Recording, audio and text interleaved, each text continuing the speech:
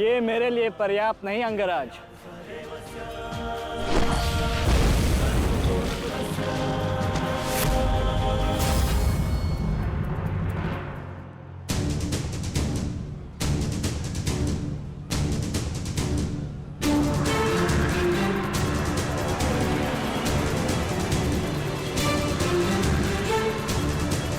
ना मेरे पास बाणों की कमी है और ना प्रहारों की।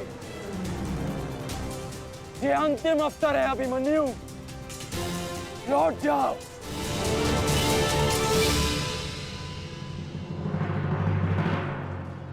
तो मेरे तुनीर में भी उत्तर प्रस्तुत है अंगराज।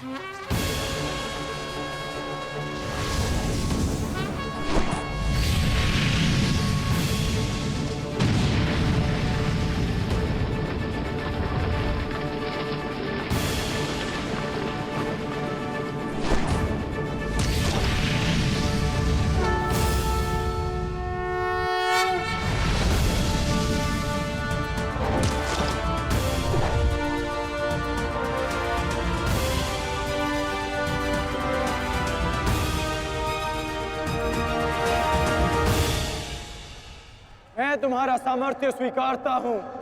तुम एक कुशल योद्धा हो अभिमन्यु, किंतु कुशल होने के साथ साथ बुद्धिमान होना भी आवश्यक है। लौट जाओ।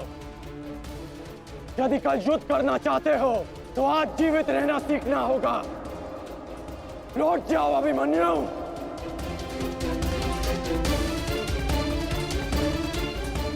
एक योद्धा के लिए आज या कल नहीं होता अंगराज। उसके लिए केवल वो ही पल होता है जिसमें वो मृत्यु के सामने खड़ा होता है। एक वीर योद्धा से सुना था मैं, हे मृत्यु, तैयार यदि तू आने को, प्रसन्न मुखा। द्वार खुला है, तेरा स्वागत, प्रसन्न मुखा।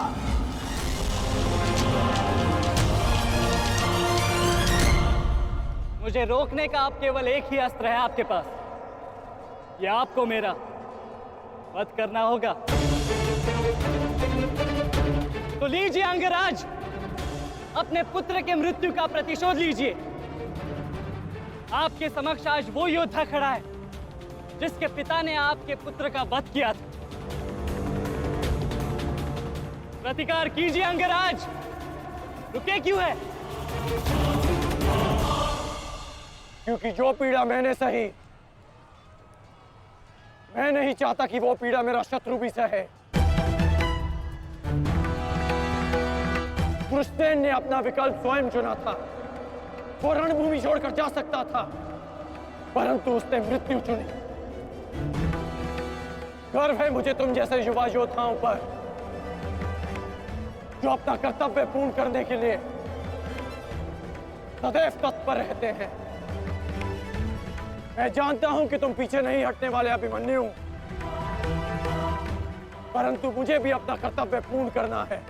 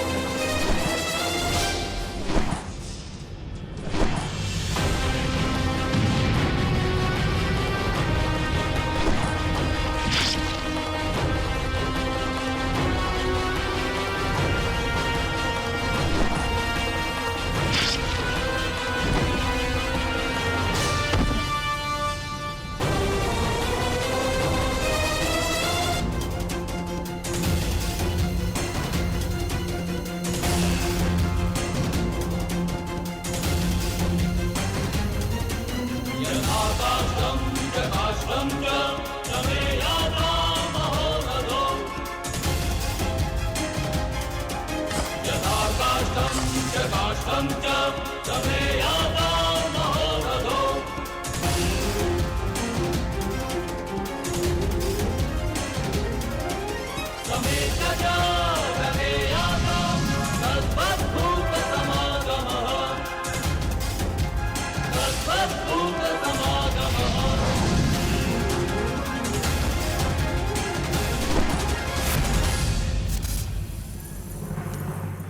देखकर मुझे अपना बचपन स्मरण हो रहा है। अभी तुम्हारा जीवन आरंभ हुआ है वत्स। इसे इस प्रकार व्यर्थ मत करो। मैं आशा करता हूं कि अगली बार जब हम दोनों मिले तो दो शत्रुओं के भांति नहीं, दो वीरों के भांति एक दूसरे के गले में।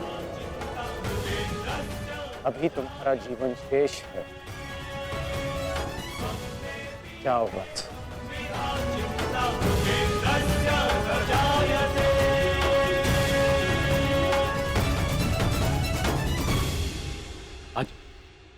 आज कौरवों की विजय हुई है गांधारी।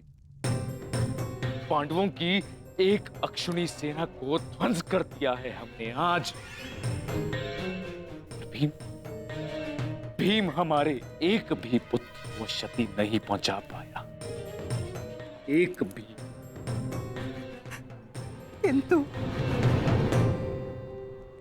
किंतु दुर्योधन का क्या महाराज?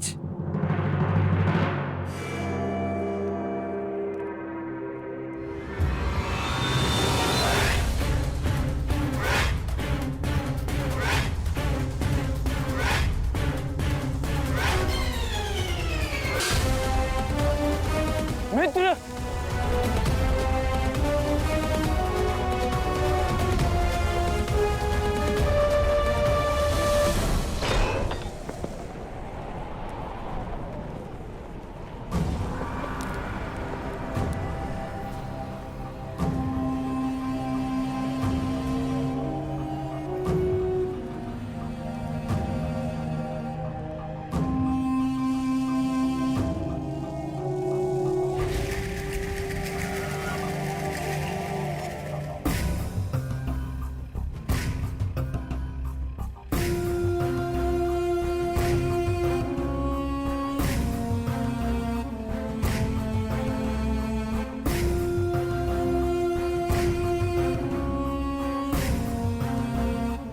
आज मैं आपको उस अपमान का अनुभव कराऊंगा। आपकी पूरी सेना और महारथियों के समक्ष आपका वस्त्र हरण करूंगा। परंतु आज अपनी माता के अपमान का दंड मैं आपको अवश्य दूंगा।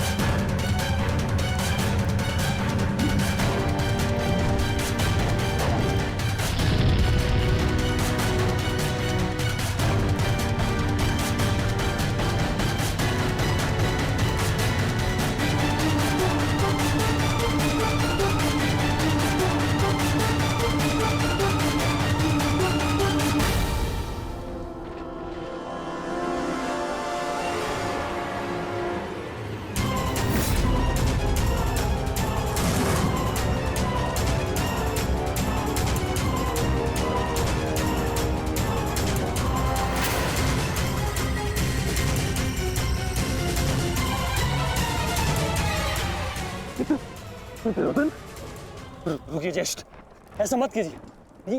ये क्या कर रहे हैं आप? दुर्योधन, दुर्योधन, ये सब कुछ क्या है? आज के इस युद्ध में हमें विजय मिली है, फिर ये सब कुछ क्यों कर रहे हो तुम? ऐसी विजय जो अपमान की थाली में सजा कर मिले, ऐसी ही विजय से श्रेयस्कर है कि मृत्यु को पालूं। नहीं। मेरे जीवन में कभी मेरा इतना अपमान नहीं हुआ है। अब इस जीवन का और कोई मूल्य नहीं। मैंने ये युद्ध संपत्ति के लिए नहीं, अपने हट, अपने सम्मान के लिए बुलाई थी। अब जब सम्मान ही नहीं रहा तो इस विजय का मैं क्या करूंगा? मेरी सेना के सामने विश्व के महानतम योद्धाओं के रहते वो 16 वर्ष का बालक मेरे वस्त्र हरण कर गया और चेतावनी देकर गया है कि युद्ध में जब भी मिलेगा पुनः यही दोहराएगा। अब ये वस्त्र हरित दुर्योधन सम्राट बन भी गया, कैसे अपनी सेना से अपनी प्रजा से पाक मिला पाऊंगा मैं? इस लज्जा के साथ मैं अब जीवित नहीं रह सकता। नहीं दुर्योधन, देखो अपने क्रोध पर काबू पाओ। देखो विजय हमारे निकट है दुर्योधन, मानो मेरी बात। छोड़िए मुझे मामाश्री, छोड़िए मुझे, अन्यथा इस अग्नि में मैं अपने आप से पहले आपकी आहुति दे दूंगा। छोड़िए मुझे। नहीं, छोड़िए, छोड़िए मुझे।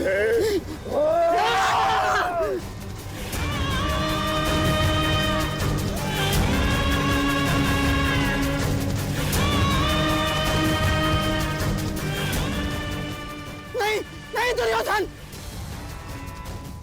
देख क्या रहे हो मूर्खों?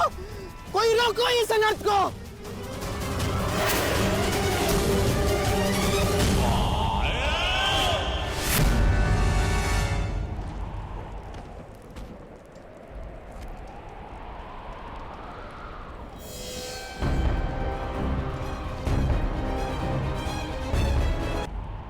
ठहर जाओ मित्र। नहीं, अब नहीं।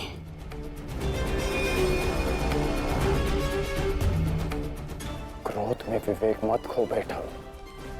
जो अपना सम्मान खो चुका हो उसके पास खोने को और क्या शेष है?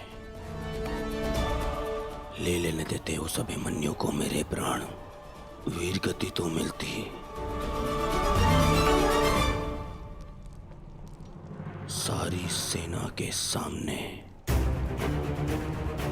मेरा वस्त्र हरण कर गया वो बालक, जिन पांडवों का सर कटा हुआ देखना चाहता था, उन्हीं का बालक मेरा सर झुका गया। संसार के सारे योद्धा देखते रह गए और वो बालक मुझे अपने बाणों के चक्र में फंसा गया। मैं ये अपमान सहन नहीं कर सकता। क्या करूंगा जीवित रह गए जब संसार के सामने शीश उठाकर चल भी नहीं सकता मैं। इसीलिए अब मैं अग्नि स्नान करूंगा।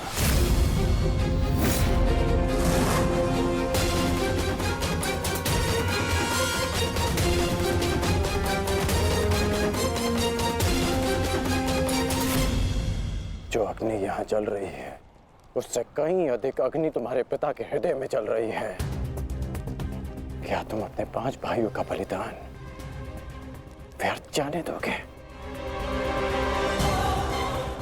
क्या अपने पिता को दिया वचन भुला दोगे तुम?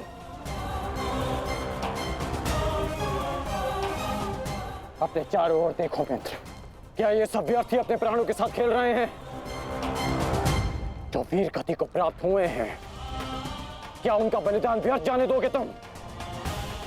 तुम्हारे अनुज, तुम्हारे मामाश्री, तुम्हारे गुरुदेव, ये सब तुम्हारे सम्मान, तुम्हारे अधिकार के लिए लड़ रहे हैं और तुम अपने कर्तव्य से मुंह मोड़ना चाहते हो। पूछो अपने सैनिकों से कि आज जो युद्ध में हुआ कि क्या वो उससे लज्जित हैं या वो कल युद्ध में उसका प्रतिशोध लेंगे? बोलो सैनिकों। प्रतिशोध लेंगे, प्रतिशोध लेंगे, प्रतिशोध लेंगे।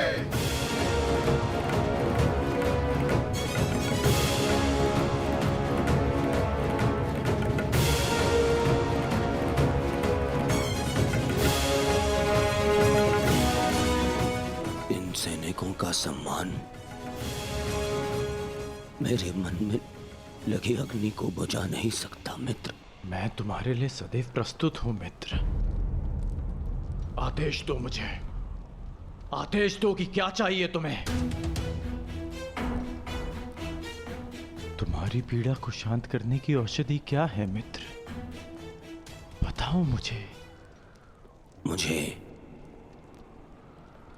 अपने इस अपमान का प्रतिशोध चाहिए। जिसने मेरा मान हरण किया उसके प्राण हरण करने हैं मुझे। मुझे अभिमन्यु चाहिए।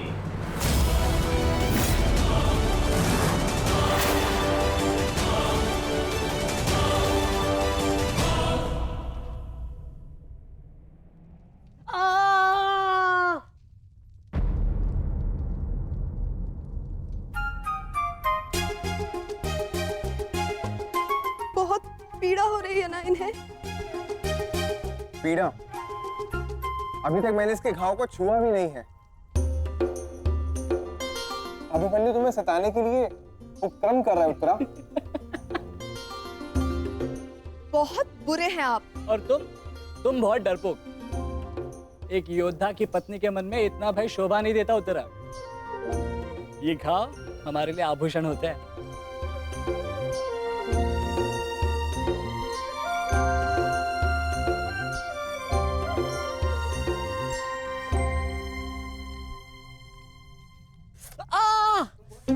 क्यों सताते हो तुम उसे? अब क्या करूं माता, वो तो आजकल हर बात पर क्रोधित हो जाती है। और अब आप भी मुझे डांट रही हो। तुम्हें अधिक चोट तो नहीं आई ना पुत्र? नहीं पिताश्री, बल्कि बहुत कुछ सीखने को मिला। सच में अंगराज कर्ण एक महान योद्धा है। उन्हें आपके अतिरिक्त और कोई टक्कर नहीं दे सकता। हाँ पुत्र, परंतु हम दोनों के लक्ष्य और सोच भिन्न हैं। मुझे तुम पर गर्व है।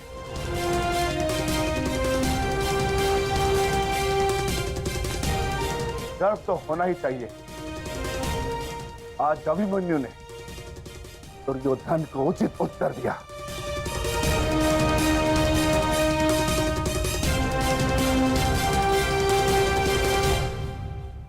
सत्य अभिमन्यु, आज तुमने जो युद्ध भूमि में किया वो अद्भुत था। और मुझे विश्वास है कि कल का दिन इतिहास में तुम्हारा नाम सदैव के लिए अमर कर देगा अभिमन्यु।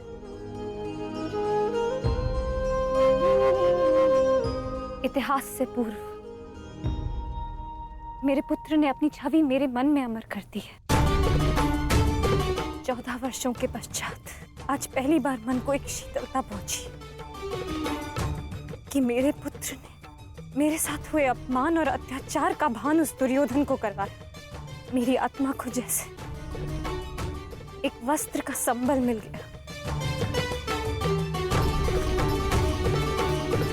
इसके लिए मैं सदैव के लिए अभिमन्यु की ऋणी रहूं। जीवन तो पल पल में है सखी। जिस पल को जी लो वही जीवन होता है।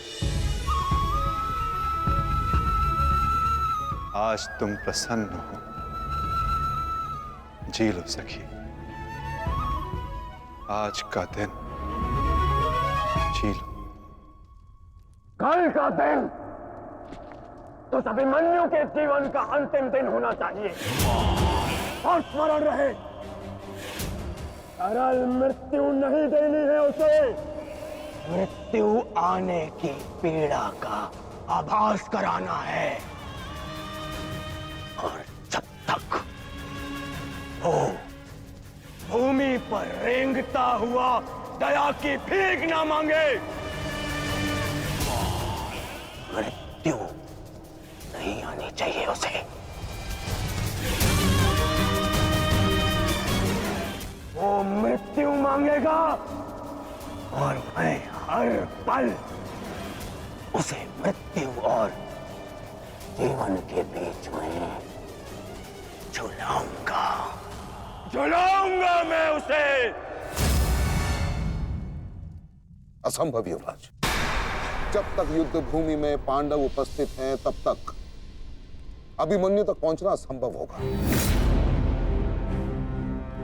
वैसे भी उन्हें याद होगा कि आज आपके साथ जो हुआ उसका प्रतिशोध आप अवश्य लेंगे। इसी कारण अभिमन्यु तक पहुंचना इतना सरल नहीं होगा।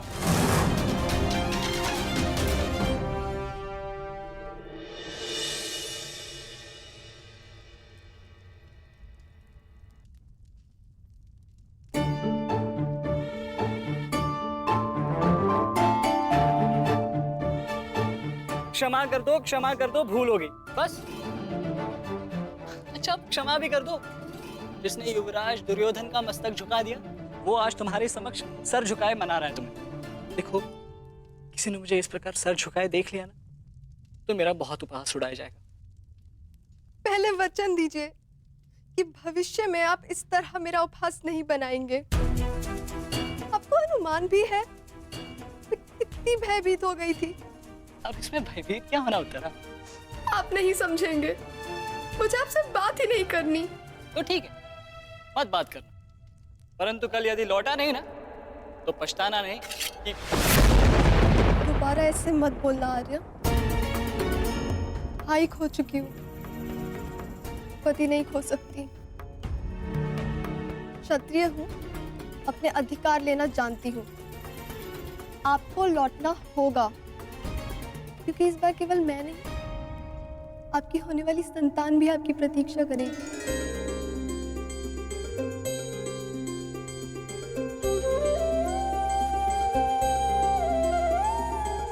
सत्य उत्तरा?